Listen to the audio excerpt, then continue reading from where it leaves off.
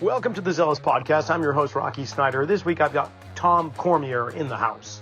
Tom is striving to be a fellow with the NSCA, but he's also with Setanta College, an Irish-American university. And we got to talking at the national conference recently. Well, I won't tell you more than that. I'll just say enjoy the show. Follow us on Instagram like normal, Rocky_Snyder. Click subscribe. And before we begin, though, I want to tell you about a couple of courses that are coming up. One in person and the other one already existing online at rockysnyder.com. And this online course is called Exploring Foot Wedges. So if you want to improve kinematic sequencing in your clients, patients, athletes, whomever you work with, maybe there's some compensatory patterns that are creating some chronic issues in the tissue, so to speak. Using inclined planes underneath the foot, little wedges, can clean up a whole bunch of movements. And this online course, which is approved for CEUs with the NSCA, you can just check it out at rockysnyder.com. Plus, I'm taking that on the road. I'll be outside of Boston at Physio X Physical Therapy in Needham, Massachusetts, September 23rd. There is still room available for these spots for you if you want to get on there. Also, go to my website, rockysnyder.com. All right, without further ado, let's bring on Tom. Well, I've gone to the annual conference with the NSCA. You heard the previous podcast episodes kind of leading up to it and having guests on, but it's just going to continue on because the nice thing about going to a national conference is not only what you learn in the lectures, but the people you connect with, the networking, and that in itself is price for admission right there. And my next guest here, Tom Cormier, is one of the guys that I networked with, and we just had a couple of fun connections there. One going to the Cirque du Soleil O show and behind the scenes, which we had Tomash on last week, and we talked a little bit about that. So, but he's got some cool things going on. I'm just going to bring Tom on right now. Tom, welcome to Zelos. How you doing today? Rocky, what's going on, man? Hey, good to be here. Happy to be on the podcast. Thank you so much. Thank you so much for the invite. That was just a loud bang. I hit my ring on my desk. Yeah, look, happy to be here. Excited, ecstatic, and fantastic to meet you in person at the conference at the NSCA. It's so, you touched on it, right? It's so vital when that networking, that in-person networking component is so vital. And it's one of, we can dive into it whenever you want, but it's one of 4 things that I recommend to anybody. So when anybody goes, well, how do I get involved, or how do I meet people, or how do I make things happen for myself? And I go, well, what was the last conference you went to? And they go, oh, well, I went to this one a few years ago, or, I never been.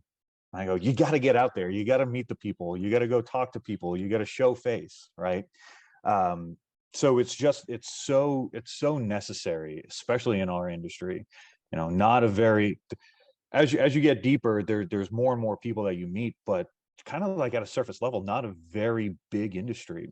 So it's just so important to get out there, meet the people, shake the hands, and just say, hey, look, I follow you, I referenced you, I read all of your books. And it's just so it's good as somebody who's been that person and who's also been on the receiving end of that. It feels great to give and to take. Yeah, I got to say, I think with the insurgence of COVID, that really pushed the online learning with I will say, the upcoming generation of young trainers and professionals that's for the last 4 years going on, almost 4 years here. That's how they were introduced into the industry through a lot of YouTube videos, a lot of online learning platforms, educational software, and so on, that many are not understanding the importance of actually in-person networking and connecting. And what was really nice about this conference is they pretty much broke attendance numbers. So it's showing that people really want to be in person, making the connections, networking with others, or just to feel what it's like to be at a conference with people, probably for the first time in many years. So let's just dive into your background. Great. Yeah, tell us a little bit about where you came from, what you're doing, what's your role, and so on. Sure. This we can go many areas with this. So I don't want to say everybody comes from a different background. And what I've been, as I talk to people, I think I meet one person at conference who has a very similar background to me. And I don't mean that in a traditional sense. I'm actually, listen, we'll just jump into it, right? So I went to Stetson University down in DeLand, Florida, little town, just west of Daytona. And so went there for a health science major, graduated 2007, bopped around for a bit, and economy crashed, and we weren't doing so hot in 2008. But finally, I just look, I graduated with health science degree. I always wanted to see SCS, but I was not too serious about it. Finally, I said, look, I have the funding now. I'm going to do it, and went and got CPT certified. 6 months later, went and got CSCS certified. A year later, went and got special population certified. And then just really became engaged with the NSCA, started going to as many local networking opportunities as possible. So I remember the TSAC came into town, and then it was like, and then I think like the next year was the national conference. And so look, I'm CSCS certified. I'm CPT certified, special pop certified. I went and got my master's through Setanta College, where I currently work now. But it was funny, after I got all my certifications, my CSCS, CPT, CSPS, and I go, well, what's next? And I said, well, obviously it's going to go back and get my master's. But the problem a lot of the times, the reason people don't go back and get their degree, and you might feel the same way, is like, okay, look, I've already been doing it for so long. So I got to go back and, well, look, my GRE scores expired. So now I got to go take my GRE. Okay, well, I applied to this school, and now that's several $100s I applied to. Okay, I accept it. Now, do I have to uproot my life? Now I have to either move across the state, move across the country, get a new job, find a new job, find new housing, so on and so forth.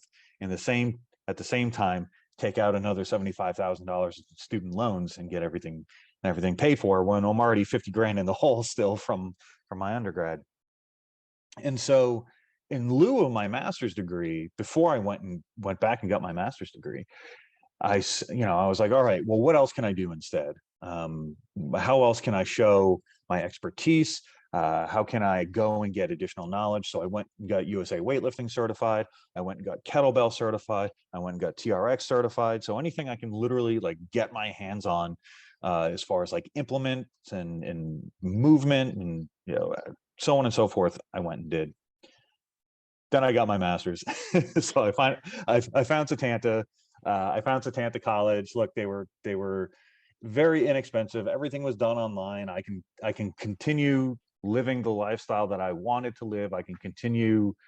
I didn't have to uproot myself. Went and did that for less than 2 years. Got my master's, and then man, just like every year, I try to get a new cert, try to do something new, something different. And for the past couple of years, I've been working for them. Currently, my role is commercial operations, but I'm moving into more of a administrative executive role in the next, the slow transition into a new role. So that's me, man. That's me in a nutshell. And so what I was saying about like my background is that you have a lot of people who will go get their undergrad, boom, they go right into a master's degree. They're doing graduate school. They might be a GA, and then they get into strength and conditioning. They're working at a high school, college, university, or they get into the professional leagues or semi-pro leagues or whatever the case. And so my background is more of a personal trainer. And so I've been doing personal training for a long time. I don't do it anymore because just the role that I'm in, but doing personal training and how I got into special pops is, it was funny. I was working for a hospital-based wellness center, and just everyday special pops, right?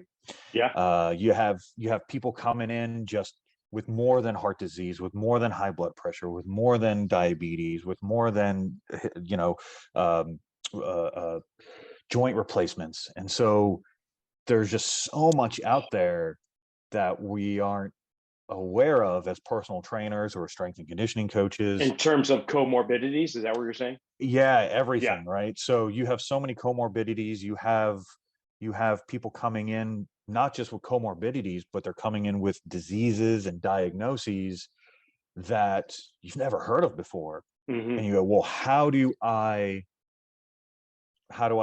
train this person, right? Somebody comes in more than just COPD. Now they have pulmonary hypertension. Okay, I know what hypertension is, but what's pulmonary hypertension? And so, it was funny. And I always give them a shout out on this, and this is part of my story and who I am. Is, look, you're a Boston guy. I'm a Boston guy.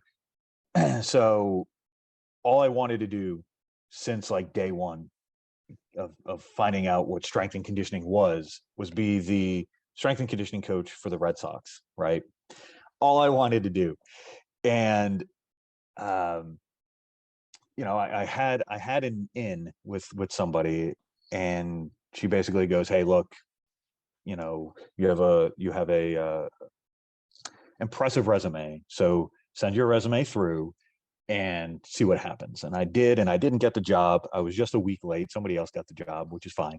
And I called up my buddy, Robert Linkle, and I said, dude, what do I do? I have no idea. I'm like, basically my dream was there, and it just shattered. So like, what am I supposed to do? And he goes, look, he goes, you already wrote an article on special populations, right? It was published in the Personal Training Quarterly. And I said, yep. And he goes, look, you're already leading the way as far as special populations information is concerned with the NSCA. So he's like, so why don't you just do that? And I said, you know what? Like, I never thought about that, because there's so many people who are, that's the dream, right? To be the New York Giants strength and conditioning coach, to be, whatever it is, the Houston Astros strength and conditioning coach, and Alabama, whatever the case, right? So the big names, the big teams, the big divisions, that's the dream. But there's only a certain amount of them. There's only, say, round figure 30 strength and conditioning coaching jobs, head strength and conditioning coaching jobs, and the big four sports.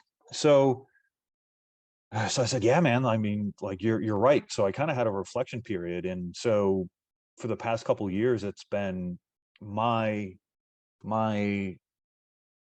push at that point. Robert really pushed me into the special pop. So I had been, I got into that realm and trying to push the industry forward as far as special pops is concerned, and writing and publishing on that. I had no idea we were living such parallel existences, honestly, Tom. I mean, no, sincerely, I don't want to go into a huge diatribe of my own please, background. let's do. But CSCS and NSCA, CPT in the early 90s, and within a matter of a couple of years, opened up my own studio. I had my bachelor degree, but not in science. It was just a bachelor degree, which is all you needed for the CSCS at that time. And so I ran with that without the thought of going back to school and getting my master's. Instead, I just accumulated an alphabet of letters behind my name. And truly, one day we were just kind of looking at all the certifications for fun of all the things that I've sought after, leading up to like 2005, 2006 or whatever. And there were more letters behind my name than there were in the actual alphabet. I'm like, okay, well, at least, I'm not sitting back on my laurels. I'm learning. And then 2007, I'm thinking, there's this junior college right across the street from where we moved into, and they're starting a department of kinesiology, and they're looking for teachers. However, to teach in a junior college, at least in California, I think it's across the nation, you need a master's degree, or you could challenge it based on your background. So I was in the midst of going through the challenge, becoming one of the teachers in the Department of Kinesiology while still operating my facility. And 2008 rolls around, and the economy tanks, their Boom. funding dries up, they put a hiring freeze on everything. And I'm like, okay, I'm just going to continue down the path I'm doing and continuing to accumulate the letters of certifications behind my name. And and then I get a job at this hospital, and they hire me on as kind of a contract, annual contract, working with special populations. So I was teaching senior strength conditioning a couple hours a day, 2 or 3 days a week, and they say, "Your boy, you're doing great. We need to take the physical therapists off of these and put them with the patients. So we want you to come in and teach exercise for people living with Parkinson's disease." And we've got 2 levels of abilities there. So before I knew it, I'm doing at least half a dozen hours a week for the next couple of years, working with the special populations, and more people are coming into the facility. So I have right behind me the NSCA Hey, there it textbook is. for essentials of training special populations. I'm halfway through that. I'm getting through chapter 7 of 15 right now. And probably by the end of August, I'll be taking that certification too. So it's remarkable. And now my kids, this is the only thing. I've got one kid going through college. In another year and a half or 2 years, I'm going to have the second one going through college. And all this time I'm going, well, yeah, it would be great to go back and get a master's and be the non-traditional student. And then I bump into you. We start talking about Setanta and how they've got 3 different paths for a master's of science. And it's mainly online learning with the exception of a week or 2 throughout the program. And it's very affordable. So I'm looking at 2 college years, 2 kids going through with college tuition that I'm helping with. I'm like, I don't know. And then we start talking. I'm like, whoa, this is kind of cool. So yeah, as we're talking now, 2 days ago, I get my acceptance letter, and they approved me into the master's program for sports injury and return to performance. I'm very excited to start that at the end of September and to do my online learning. You say it's about 6 or 7 hours a week, maybe a little bit more than that, but that's doable, and still run a business and still do all the things that we're doing. So yeah, it's very funny. I didn't know that about your background. And here I'm just nodding my head as you're talking, going, holy cow. Okay, Yep, been there, done it. Yep. Yeah, I'm not as unique as I thought I was. So there you go. Yeah, and well, one, congratulations. We'll see you on the program. There you go. We'll see you in a few weeks on the onboarding orientation call. Yeah, and look, it's and this is what I was saying, that it's just like it's not uprooting, right? Like it's 6 to 7 hours, about an hour per day. You can split it up however you want to do. You want to do that hour a day, great. If you want to do 3 hours on Friday and 3 hours on a Saturday, fantastic. You're still training, great. It allows you to kind of, the majority of our students are already coaches, right? It's that now they just need to take their education to the next level. They want to get the promotion, they want to get the job, they want to move up within the company, so on and so forth. So we're not creating, we're not the school's intention application, right? So now let's put into practice what you learned theoretically in your undergrad. But we already know that, look, you're living, you're working, you're breathing it, right? So you're up at 5 a.m., you're opening the gym, you're closing it down at 10 p.m. You're traveling, you're with your team, you're traveling across country, you're traveling across the world, so on and so forth. So how do you effectively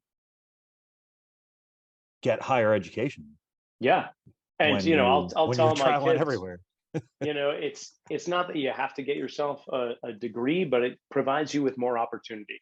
And and I've always believed that. And granted, okay, if we look at the official retirement age, I'm pushing, like, I'm 10 years before that right now. So people are going, look, what are you going to go back and get your master's for? I'm like, well, it could provide more opportunity. After presenting at the NSCA conference, there's a whole bunch of strength coaches in the NBA and NFL that are starting to give me a call, and NCAA basketball for that matter. I just got a call from somebody else going, okay, let's talk. I think we need to bring you in and do some workshops here. So it sure would be better, in my personal opinion and professional opinion, to have a master's degree. behind me. And if the event comes around that junior college has a teaching option later down the road, and I want to get out of some of the stuff that I'm doing, it just provides more opportunity.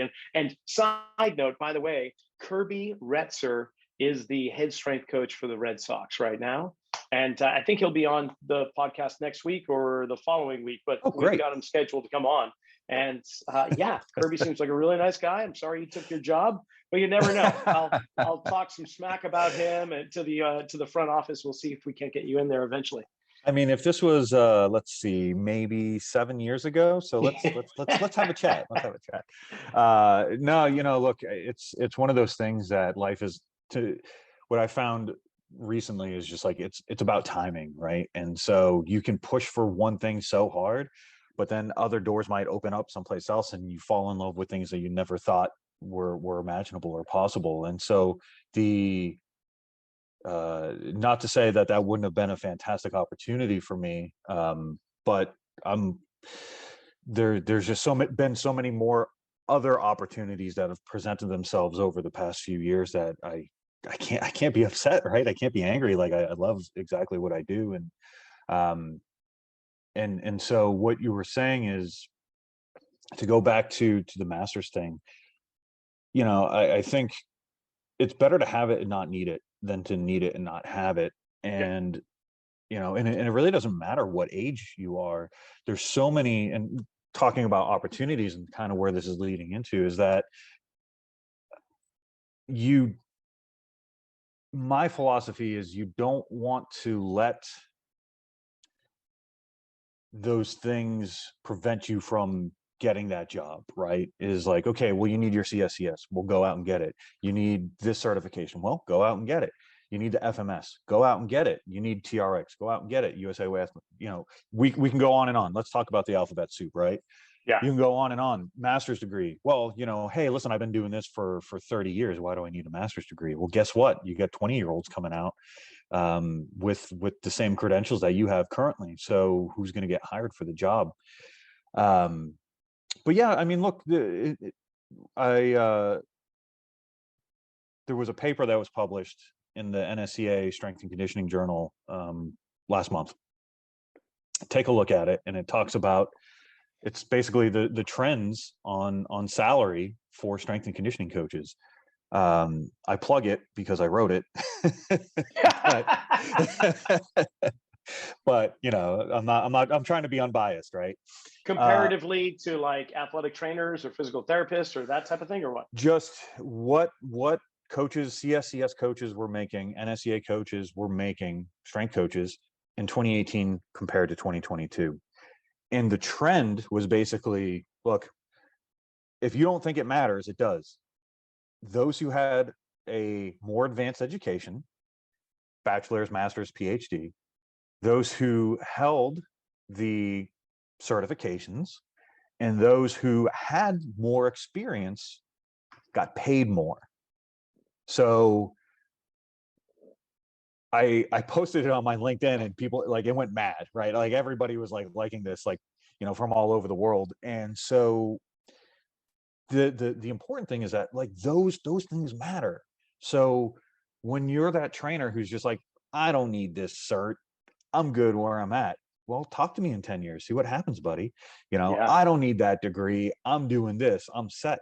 Come talk to me in 5 years. So we know.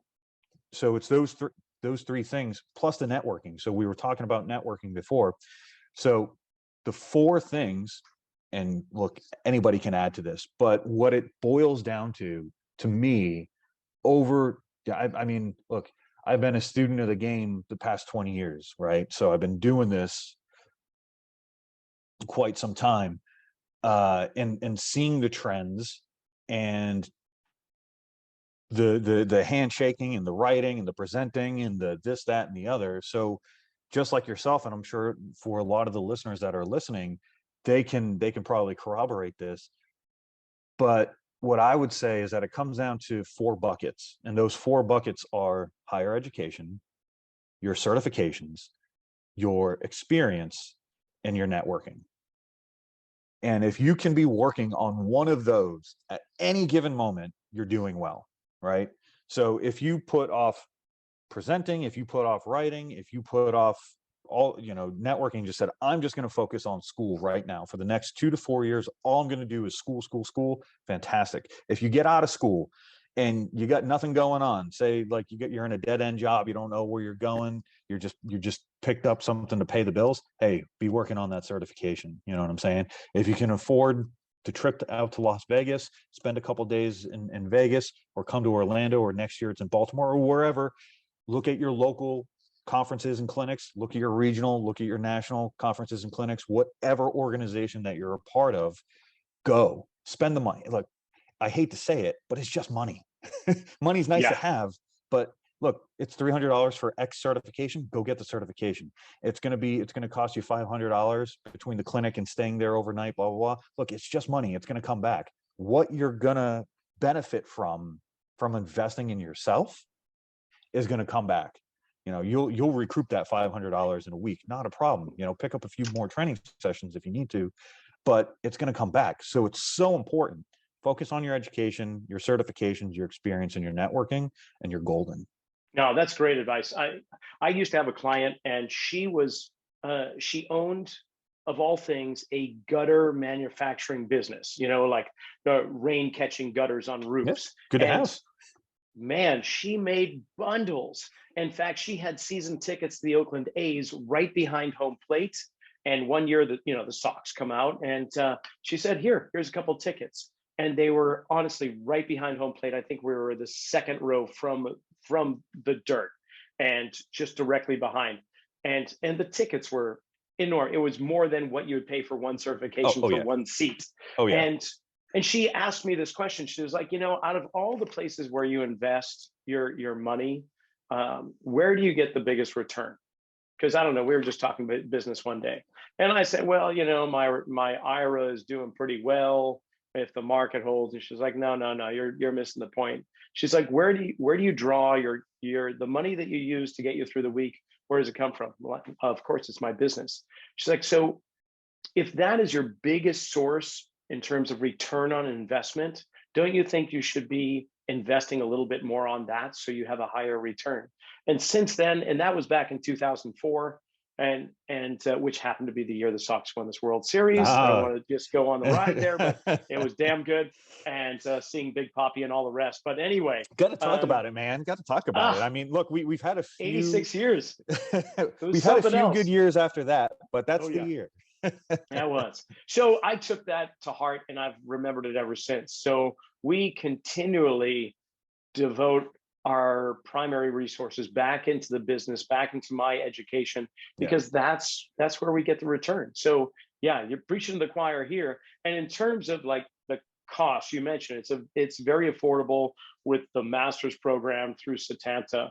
I know of one organization that has a fellowship that goes for 11 months.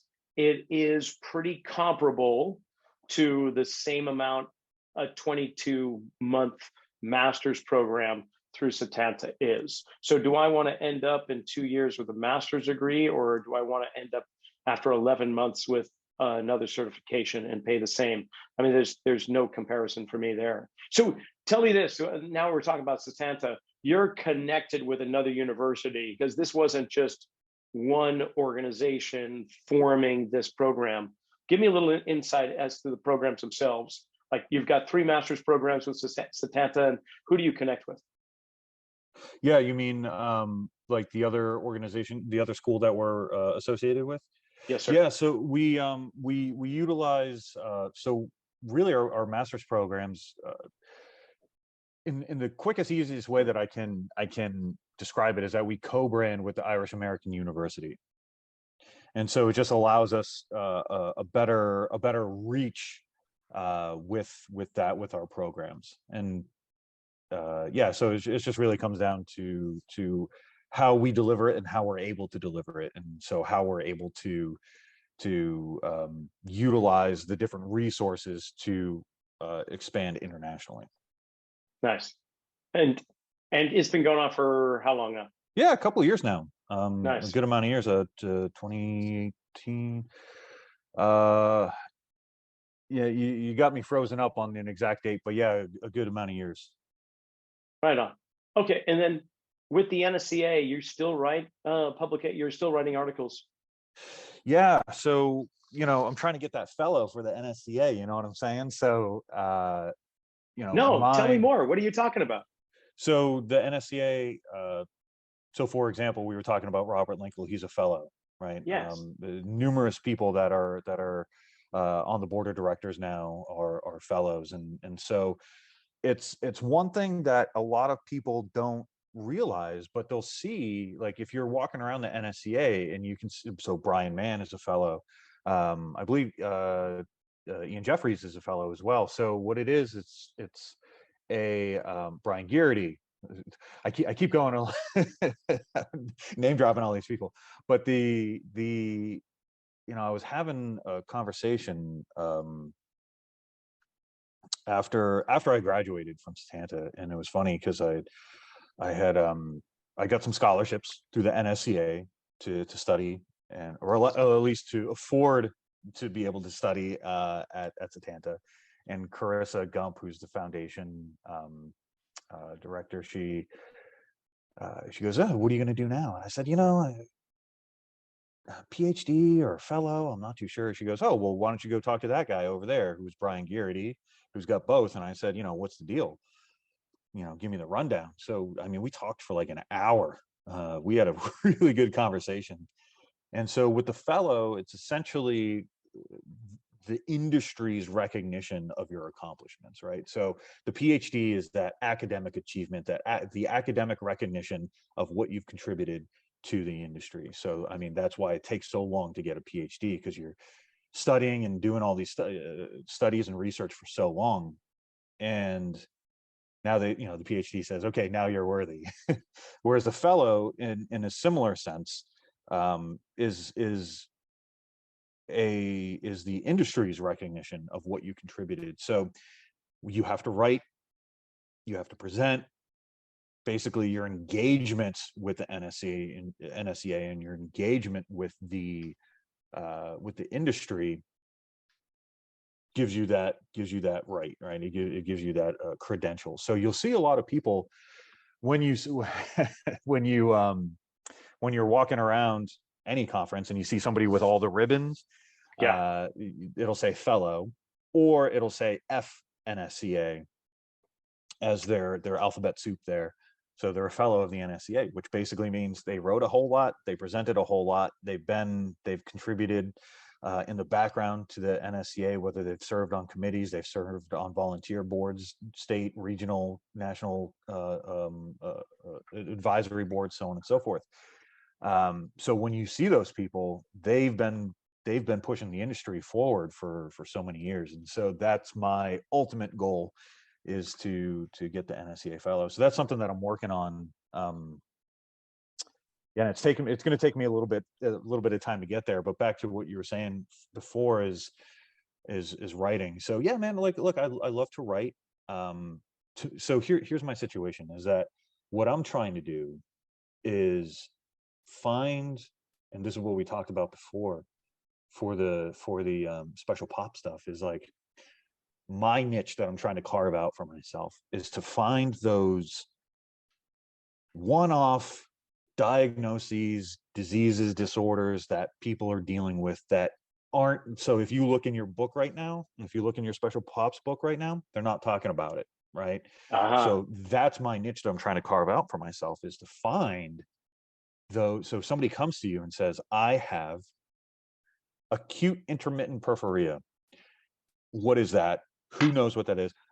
That is a Scrubs joke. So if anybody's listening and has watched Scrubs, like I have 10,000 times, JD, they find this cup of pee, like the specimen cup of urine that's just sitting around, and I think it turns purple. And anyway, so they're trying to diagnose this person with something, and they can't. And so JD comes back and he goes, acute intermittent porphyria. And like Dr. Cox is like, what are you even talking about? It's just like some weird oddball diagnosis disease that they just happen to find. Anyway, so I use that as an example of like, well, what are we talking about here? So that's what I'm trying to do, is I'm trying to find these rare, I don't want to say rare diseases, but these diseases that aren't being talked about. The diseases that you go in and your doctor says, well, you have this, and you go, great, this is who I am. This is part of my truth now. This is a part of my reality. I have this diagnosis. How do I train with it? Beyond what's in the book, beyond heart disease, beyond diabetes, the metabolic disorders, the the cardiovascular disease, the musculoskeletal disorders, so on and so forth. Just these disorders that if you have it, how do we train? And so that's kind of the niche that I'm trying to carve for myself now. Have you thought of long COVID? Look, there's so many. That would be really interesting. I haven't, so no. So, all right. So the quick answer for you is no. But I think that would be an interesting topic for somebody to research. And now, as more and more studies come out, look, there's got to be something out there, right? So look, I'm all about grabbing the reviews, doing a narrative review, see what's going on. So if anybody wants to co-author that, there you go. But no, right like on. For example, like polycystic ovary syndrome, right? So that was a disease that a syndrome that my first personal training client had. And how do you train somebody with that? And so you do the research, and there's maybe 2 articles out there through other journals, other strength and conditioning journals, or other like physical therapy journals, or whatever the case, right? But I only found like 2, and it was just like, well, how do I train this person? So eventually I just decided, well, you know what, I'm gonna be the person to write it.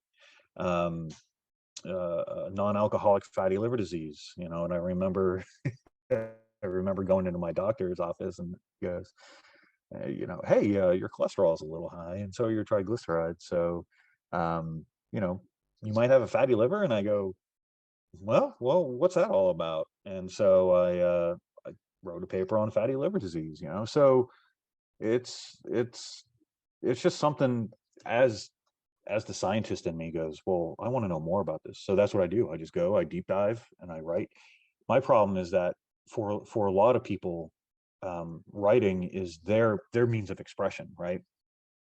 So you have, and I'm sure that people like this, that they're able to just write, and they're writing Brad Schoenfeld, Nick Tuminello, Brett Contreras, Robert Linkle, just names that you just see in the SCJ or the JSCR, or even on their blog every month.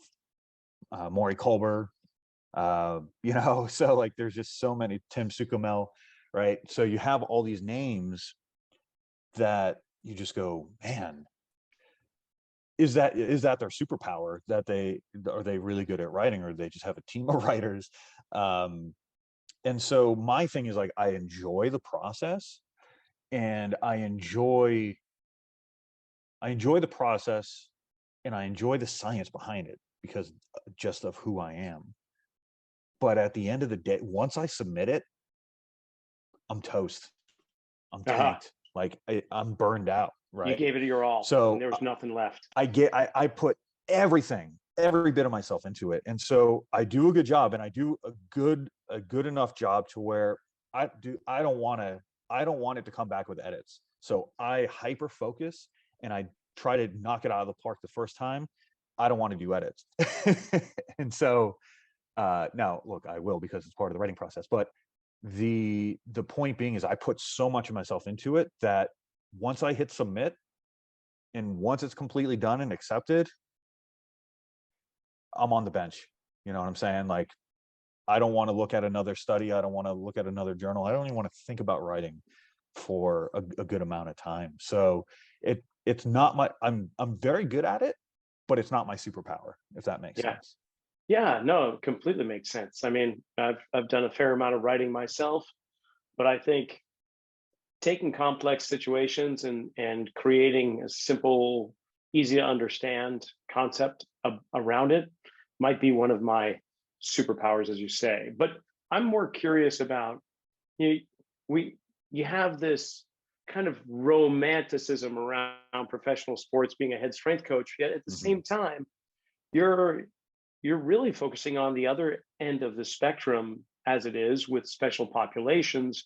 And when we're talking special populations, we're not just talking about diseases or syndromes, but we could be talking about children or the elderly, Mhm. um, and people with issues within their body across the age spectrum too. But what was it? Was it your time working with the hospital? What kind of like triggered that going, wow, I think I've found a place where I want to explore this untouched territory, so to speak.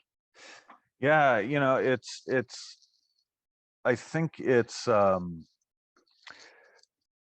the nature versus nurture sort of situation, right? It's what I'm gifted with scientifically, in the sense of like just how my brain works and how I operate as a person, is like I'm very I'm very good at deep diving on one particular topic, right?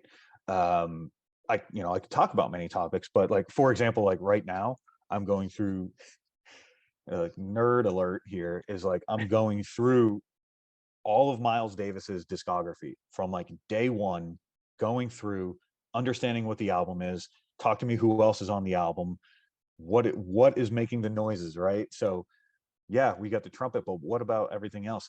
Tell me about the process and recording situation, right? So I want to know everything, and I'm starting with day one, and I'm going forward. I'm going through his Blue Note recordings. I'm going through his first great quintet, his second great quintet, his Prestige recording, so on and so forth. So that's just how my mind works, right? Wow. And I've done that with I did it with the Doors, I did it with Hendrix, I did, so like it's that's just, I want to deep dive. I want to know every single thing, and I want to know the why behind everything. And so that's the nature aspect, but the nurture aspect is just like when you're kind of put into that environment, right?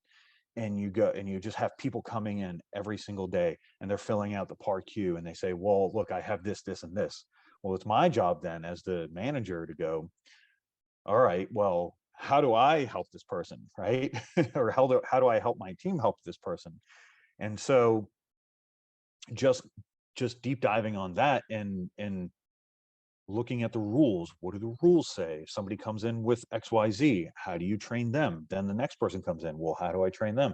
Well, look, I have, and as I mentioned before, look, I have hypertension, but it's pulmonary hypertension. And I go, well, we don't have a playbook for that, right? So what do I do the next day? Okay, they come in for their orientation. Here's everything you need to do for your pulmonary hypertension. Here's what you can do. Here's what you can't do. You know, and so it was just that aspect, and just dealing with so many people. Again, more beyond. Well, here are your biomechanics, and here's your knee, and here's your ACL, and abduction versus adduction and all this other stuff, which is a part of the equation. But Sure. yeah, I mean, look, it's again those opportunities, and just saying yes to as many opportunities as possible. Because if I just said, for 10 years, if I just said I don't want to learn any of this, and I just want to be the Red Sox strength and conditioning coach, that's going to put you in a bind. That's going to put you in a pickle. And it's good to have goals. So and I'm not saying that, whatever, if somebody's in a position like that, it's good to have goals, but you have to be focused on the task at hand as well. So what do you got 10 years down the line, 5 years down the line? What's in your pipeline? But for me, it was both things simultaneous. What am I doing now to get me to where I want to be? But what am I doing now to make me successful where I am? So that was it, man. So I just deep dived on special pops, and that came out on the other side of it, and really nobody else is doing it. So it's great to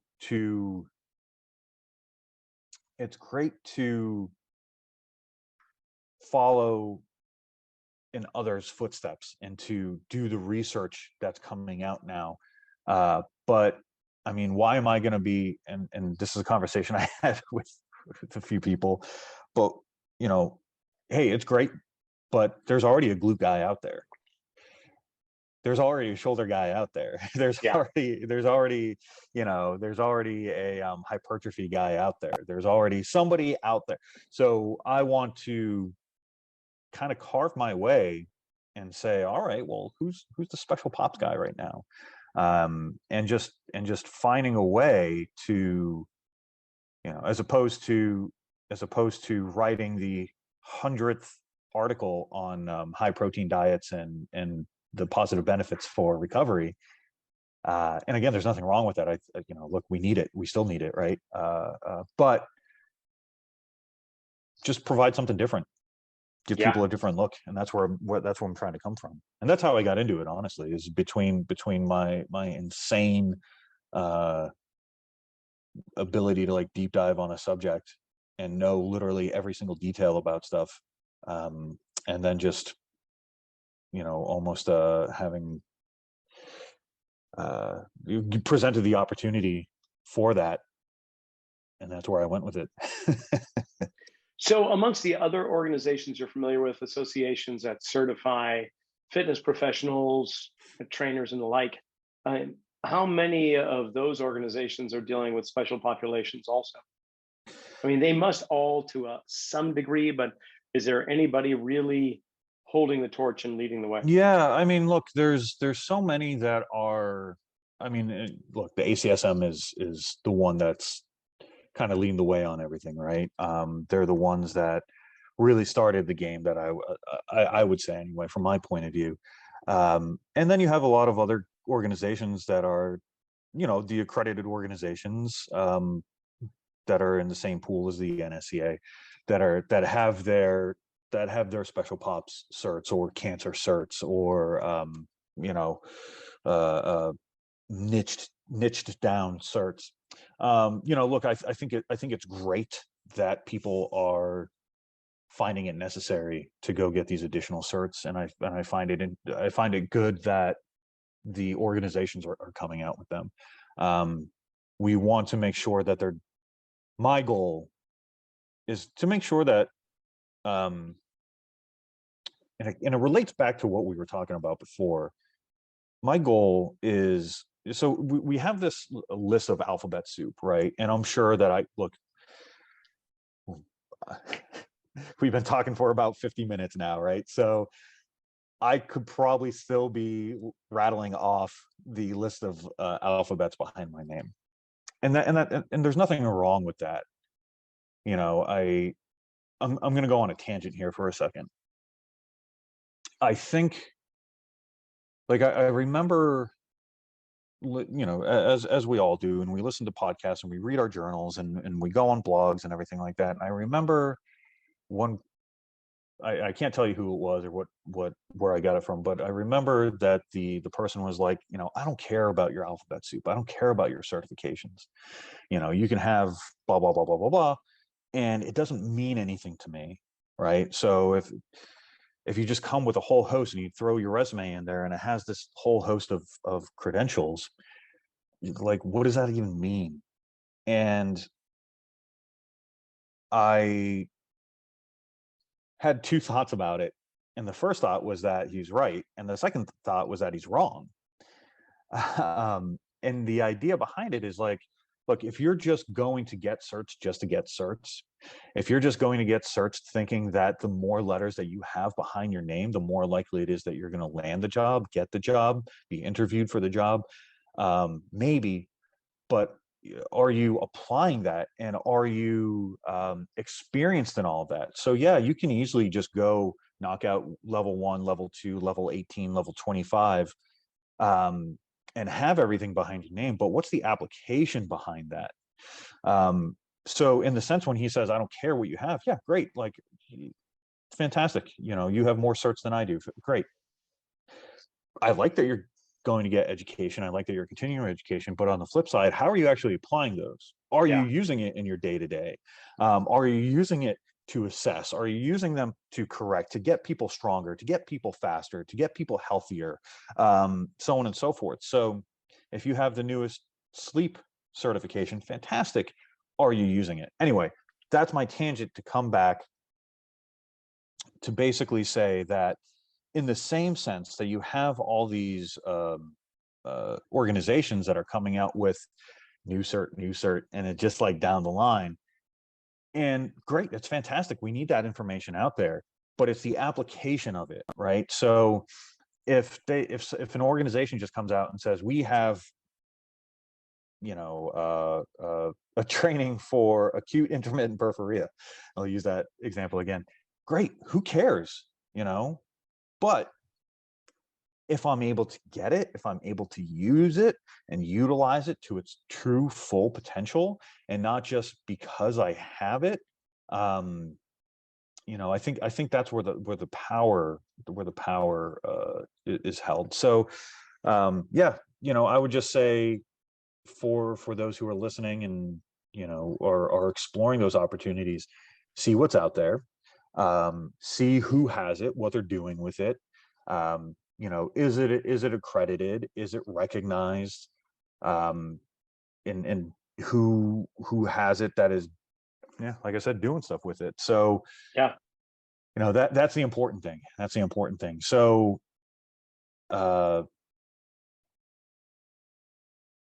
there's just going to be so many organizations with new this, that, and the other, the shiny new stuff. Oh yeah. But it all comes down to basics. And so being a good trainer, being an ethical trainer, getting your education, continuing your certification journey, going and networking, and experiencing all that, and putting that all into your experience, and making that you as a trainer. So look, you and I both know, and everybody listening knows too. I mean, there's just so much stuff out there. I say go and do it, right? And see what sticks, see what doesn't stick, and have fun doing with it, and have fun doing it, learn something, and look, it's just money. That's it. I love it. Tom, this has been great. I appreciate the insight, information, and just getting to know you a heck of a lot more than just spending a little time at the conference too. This has been really nice. If people want to find out more, one, about the educational paths that you and Setanta College are offering, and they want to find out more about you as a professional and your contributions to the NSCA, how can we go about doing that? Yeah, great. I appreciate the time to plug this. So look, if you're interested in your master's degree, even a bachelor's degree, because we do offer a bachelor's degree in strength and conditioning, what I would say is go to setantacollege.com, and you'll find all the information on the website. So if you're interested in your master's degree, look, $15,000 for a master's degree. That's over the course of 2 years. We have different payment options for you, so check that out. If you're interested in performance coaching, we have a master's degree. If you're interested in exercise psychology, we have a master's degree. If you're interested in sports injury and return to performance, just like Rocky's going through, look, check it out. We got a master's degree in that. We also have a few things in the pipeline, but one of those is a nutrition performance master's degree, and that's coming soon.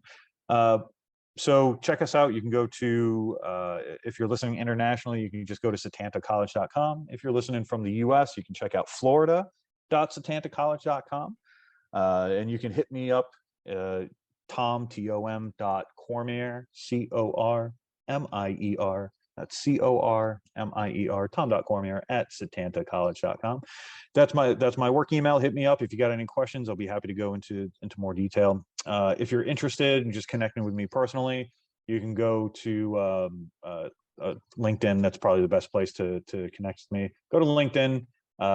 You can type in my name, and I've got the whole alphabet soup behind it. You really can't miss me.